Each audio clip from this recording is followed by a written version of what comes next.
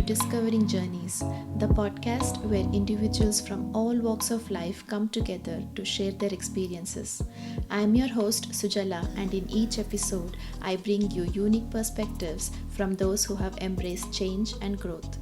Whether you're seeking inspiration, fresh insights, or simply curious about different life paths, this podcast will connect you with journeys that resonate and inspire. Please note, the content shared on this platform is solely for educational, informational, and entertainment purposes. The opinion shared by the guests are their own personal views, as it is based on their personal journeys and should not be construed as professional advice. Thank you. Grief has a way of arriving uninvited, changing our lives in ways we never imagined. But what happens when, in the face of unimaginable loss, someone chooses to move forward with purpose, resilience, and hope? Today, I am honored to welcome Lynn Lewis, a mother who faced the devastating loss of her son in August 2019. Rather than allowing grief to consume her, Lynn has embraced the power of sharing her story, navigating the depths of sorrow while finding ways to create a meaningful and impactful life. In our conversation today, we will explore how she manages her grief, the challenges she faces, and the choices she makes each day to keep moving forward. Lynn's journey is one of courage, love, and unwavering decision to live purposefully, despite the heartbreak she carries. Hello, Lynn. Welcome to my podcast and thank you for being my guest. Well, thank you for having me. I appreciate it.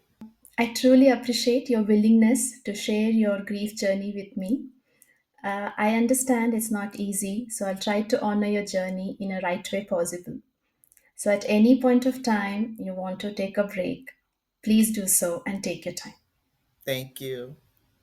Please tell me about your son and the bond you shared with him. Oh, wow. Thank you for asking. So, my son is Daniel Brooks Lewis. He's my only child. He passed away when he was 30 years old, which was 5 years ago on August 4th. We had a great bond. We had this running joke that he was my favorite child. And he would always say, Mom, I'm your only child. And I would say, but you're my favorite.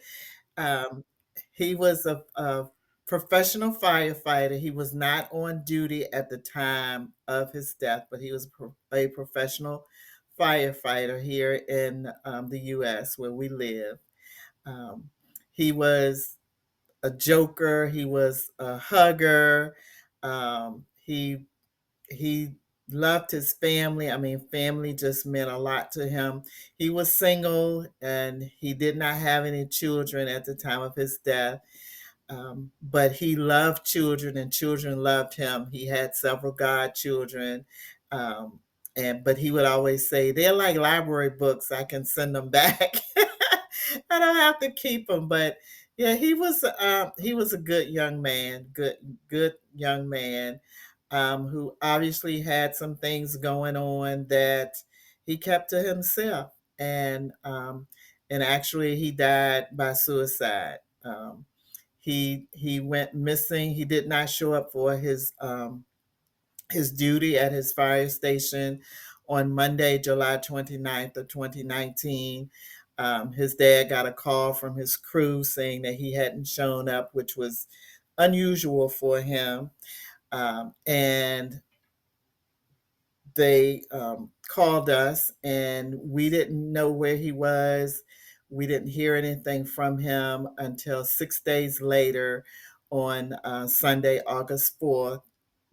The authorities from the county, the fire department, and the city um, police department showed up at our home that Sunday night to tell us that he had passed away. He had been found deceased, and he was actually in another state 5 hours away from us. So it took us a while to work the logistics to get his body back to where we live. And so that was another 9 days before we actually had his service. But we had a good bond. We never, he was the child that never said "I hate you" and was disrespectful. He would give you looks, but he never verbally, went through that phase where children hate their parents and all of that kind of stuff. I mean, we had our ups and downs,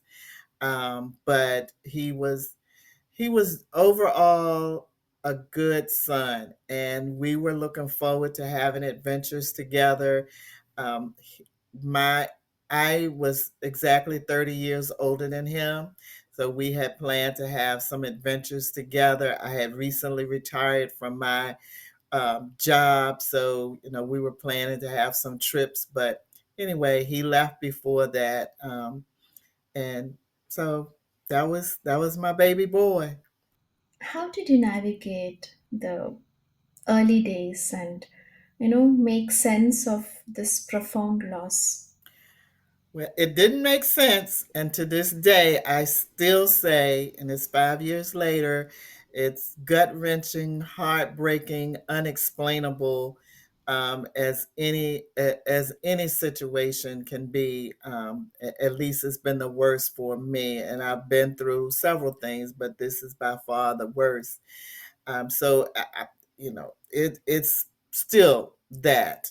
But how I think the first year, it was a lot of fantasy. Like, okay, I know he's gone, but is he really gone? And it was taken because he didn't have a wife or any type of partner. So his dad and I had to take care of all of his business stuff, which I did a lot of it because his dad was working. So I had take care of a bunch of that stuff.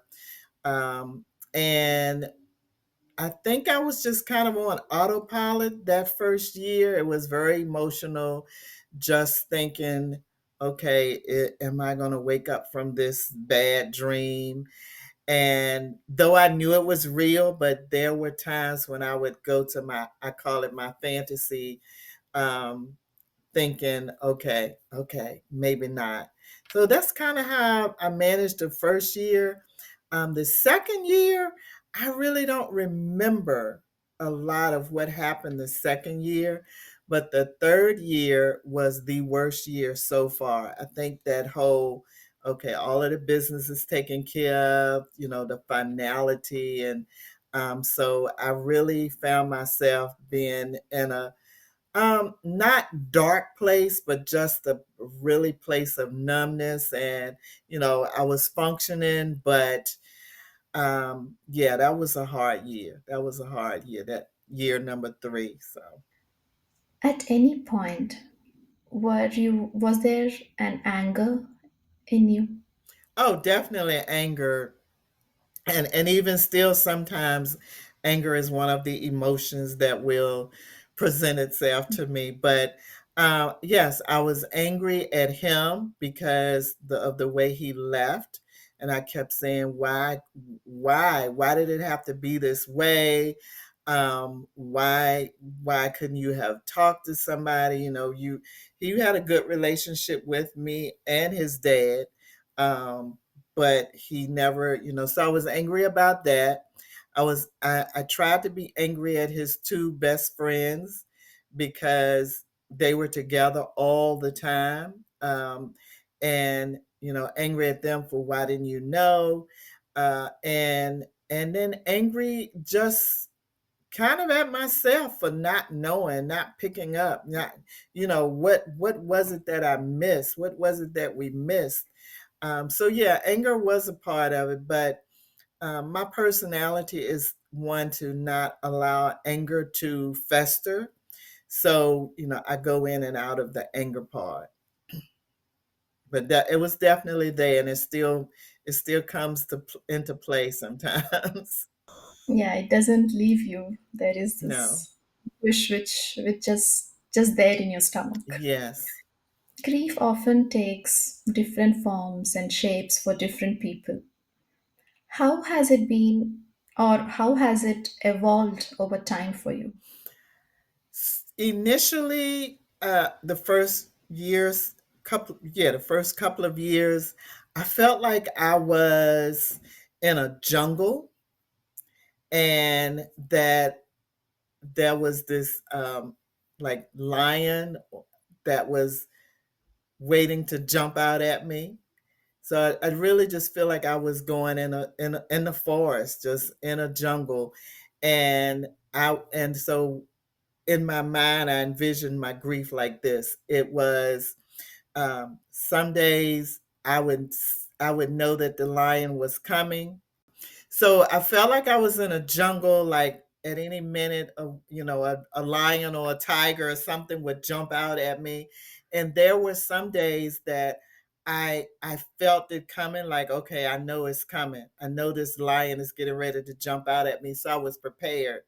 There were other days when the lion snuck up on me. That's the days that I didn't feel like getting out of bed. I didn't want to get out of bed.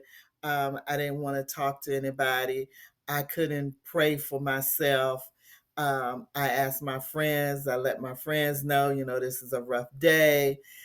Then there were times that it was as if we played fair, like, okay, grief, you stay right here and I'm right here and we're going to move forward. So it was as if the lion was walking beside me, and you know it in its space and I'm in my space moving forward. And so that's how it was for a bit. And I even had asked an artist, I had spoken to an artist to do some type of rendition of that, like the lion, the jungle. And but as time has gone on, I don't feel like I'm in a jungle, but there are still those days that the same kind of thing happens. Like it'll sneak up on me, those grief bursts, or something will come up that my grief is activated. So now it's more of um, I'm a warrior, and this grief is not going to beat me. I am a warrior. And I even, when I identify myself as that, probably in the third year, one of my colleagues challenged me and said, that sounds so harsh. That sounds like you going to war, a warrior. And I said, and it's exactly what I'm doing. I'm going to war with this grief. It is not going to take me out. I'm going to fight with all I have to not, and and what I said is I'm not going to die with my son. I can't change what happened, but I'm not going to die with my son. So yes, I'm a warrior. I'm a grief warrior. I have a warrior mindset that I'm winning. I'm winning, and not only for me, but for every other mother who has been through this, is going through this, and perhaps they don't have a voice yet, or they haven't found their voice yet. But I found my voice, and I'm going to talk about my son, and if they want to talk about their children, we're going to have those conversations.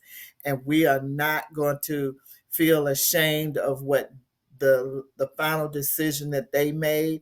We're not. So, yes, I'm a warrior, I'm a grief warrior. So that's how it's evolved over the past 5 years. What was some of the harshest thing you had to hear? There are people who don't understand what grief is. To be honest, I have not heard, personally, I have not heard any really harsh things to that said to me or about my son. The worst, the one that with two kind of sticks out a little bit, is a lady that I know whose son is also a firefighter in the same city.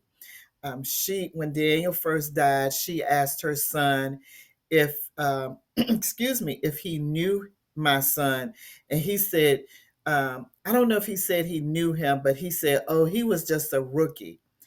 And that bothered me because what if he was, and he was a rookie in our city, but he had worked elsewhere, so he had really been a professional firefighter for 6 years. So he wasn't a rookie in the fire service.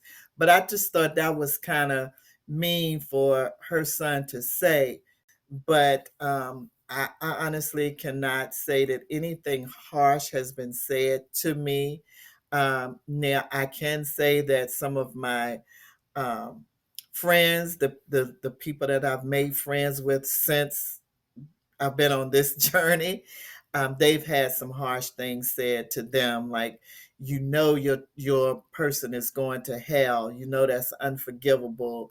Um, those kinds of things. The platitudes, you should be over this by now, or and honestly, I am waiting.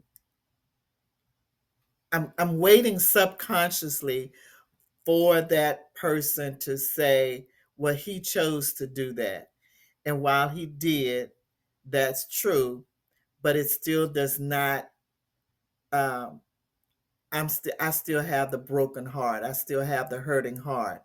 Um, and the reason I say that is because so many people have experienced the death of their child by sickness, being murdered, and, different types of death.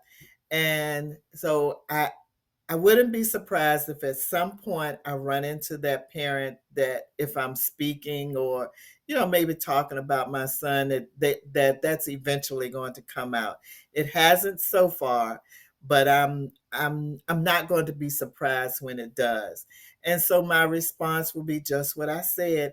Yes, he did, but I'm still experiencing the grief and the pain and the heartbreak, just like you are. So, and that's what I share when I am speaking, or just talking to someone, to say, it still does not negate your grief, because now their story is over, right?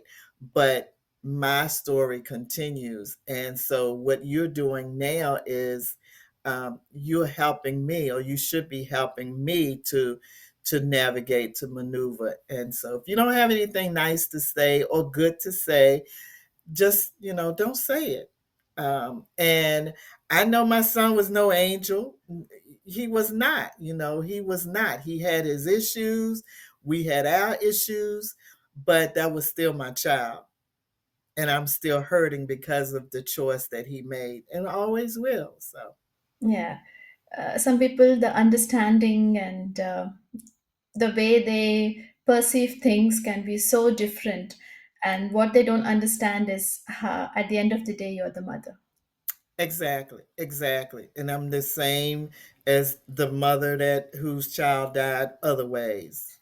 Were there any moments or experiences that marked as a turning point in your healing journey? One happened very early on, actually 7 months after his death. The first thing happened. It was a Sunday morning, and I was waiting. We were away, and I was waiting for my husband to get ready for the day. And we were actually getting ready to meet two of Daniel's friends for lunch. And I was just sitting, and I think I have read something inspirational, devotional, something. But the thought came to mind is, this is going to be with me for the rest of my life. And I am not going to allow it to consume me. Meaning, yes, I'm going to think about it all the time. I'm going to talk about it, whatever happens, but I'm not going to allow it to consume me. I am choosing to move forward, to live a meaningful and impactful life despite what has happened. And when I say not consume me, is it's not going to take me out. It's not going to put me in the hospital. It's not going to put me in this, I don't want to live because my son is not here.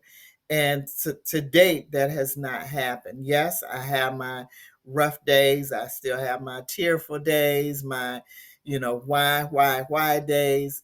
But that was the very first turning point. When I made that declaration, I did not know what that was going to look like as far as how I was going to manage that and not be consumed and all of that stuff.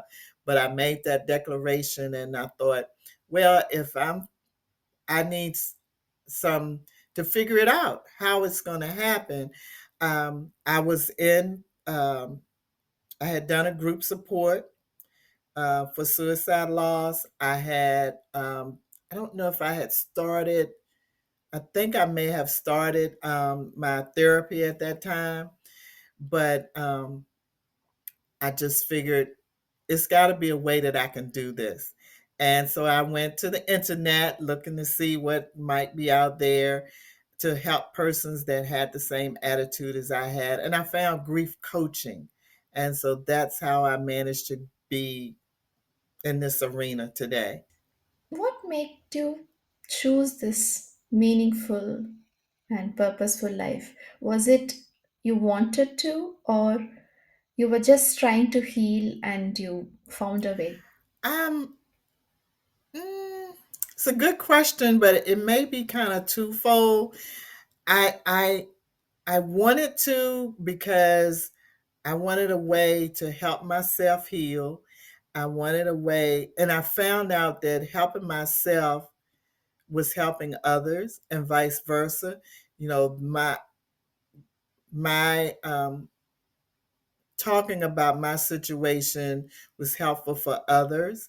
And so I just adopted that. And so now that's what, even on the days that I don't want to necessarily, but then I think about somebody else is on day one or year two, and they need to know that they can get to year four, they can get to year five.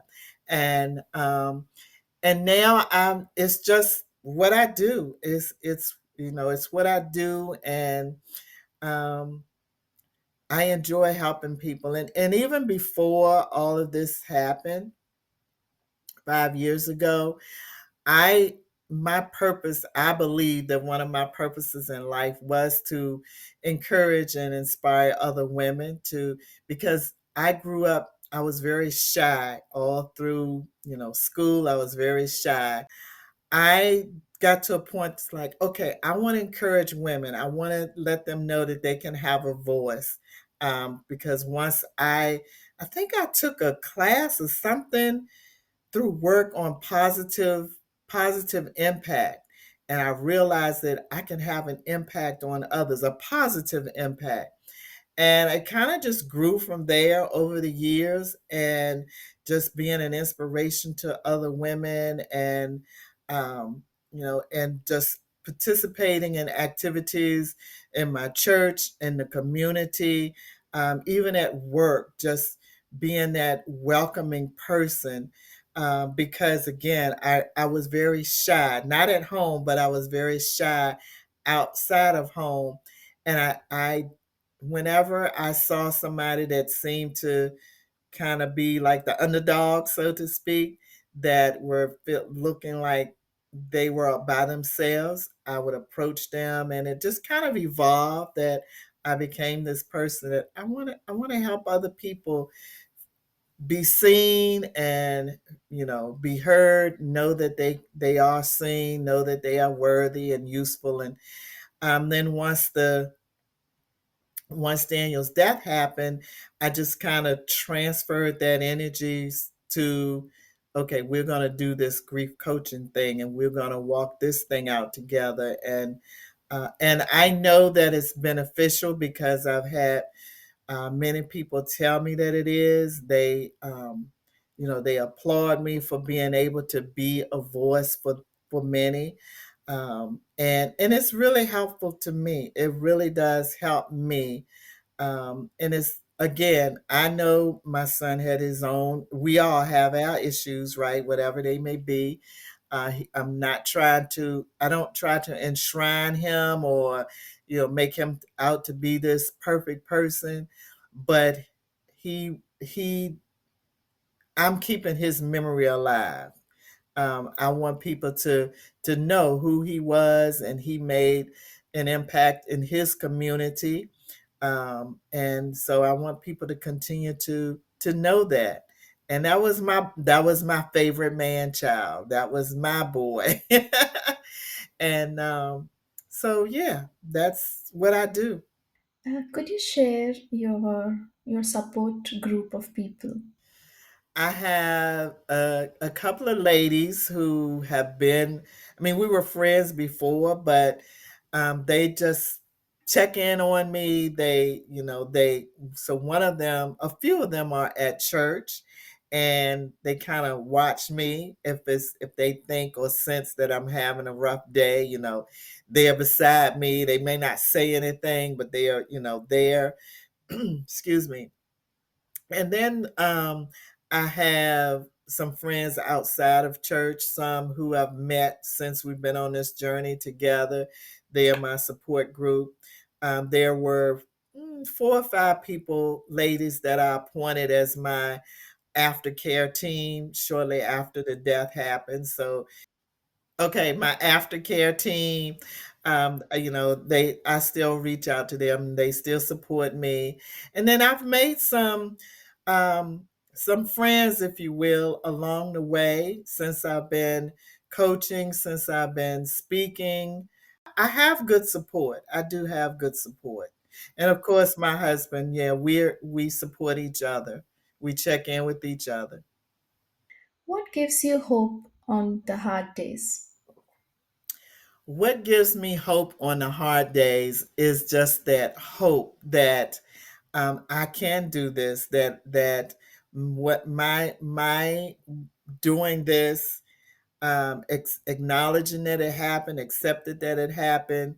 That's my hope. Is that um, it is hope, because I'm helping myself.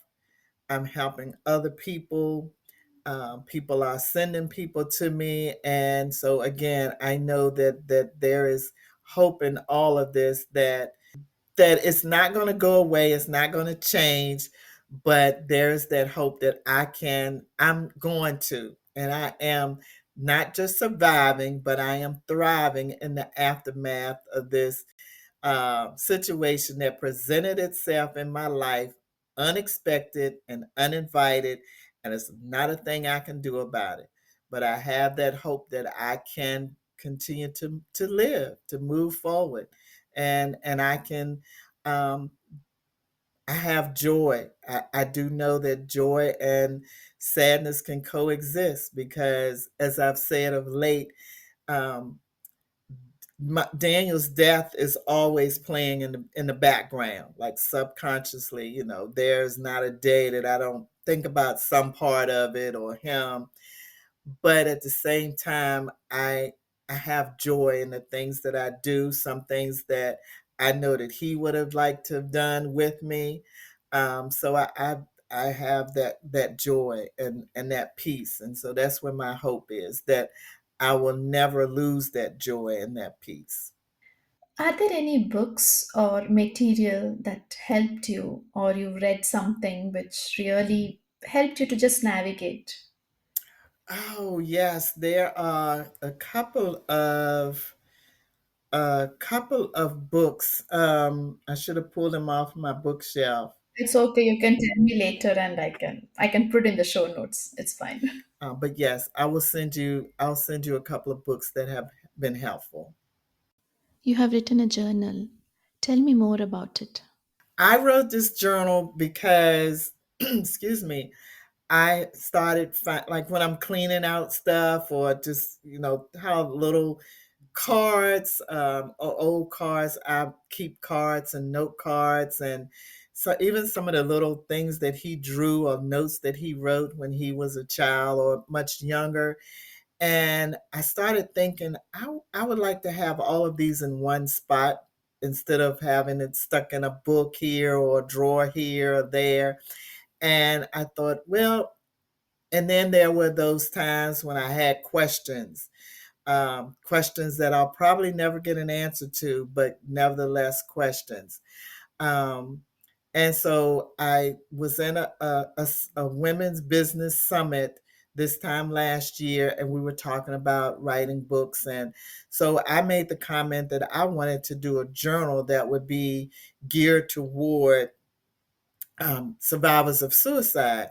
And so there was a lady there who she works in mental health and stuff like that.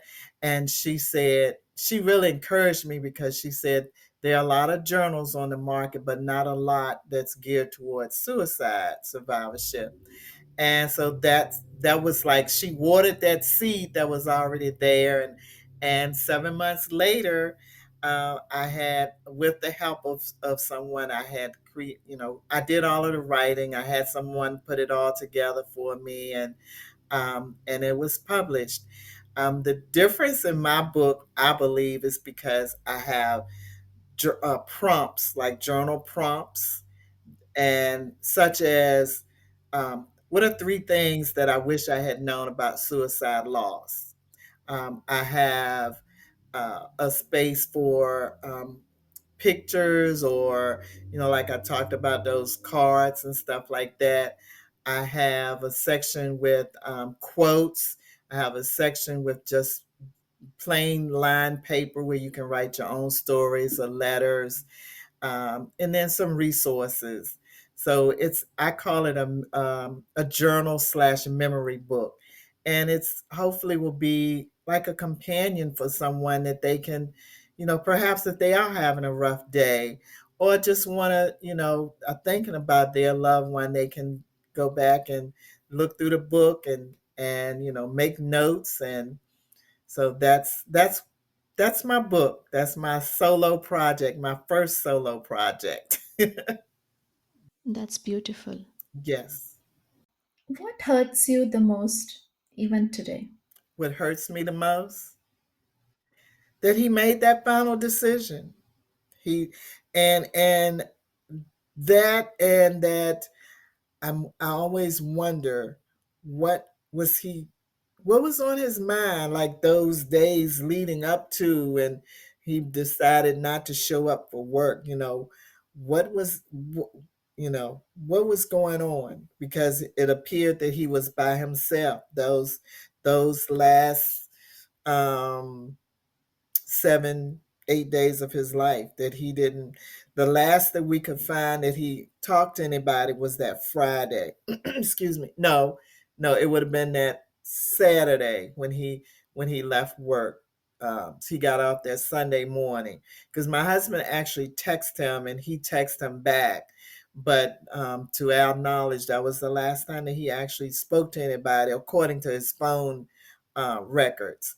And so, what was going on in his mind? How was he feeling? Oh my goodness.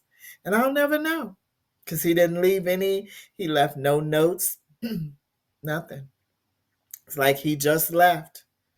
How do you want to honor your son's memory while you are navigating your own path now? I feel like I am honoring his life, his memory, by what I'm doing. Sometimes it's almost as if I sense I call it his hand at my back, like pushing me forward, like saying, I couldn't stay, but keep going, that I'm proud of you. Um, I remember, Please take some time, it's okay. I remember him telling me one time that I was a phenomenal woman. And so I hold on to those things as I move forward. And I just think that me telling our story is honoring him. Um, Another way that I do it is I'll give to, like, big, what is it, Big Brothers Little Brothers, that organization, that because he participated in that for a while before he moved back to our area.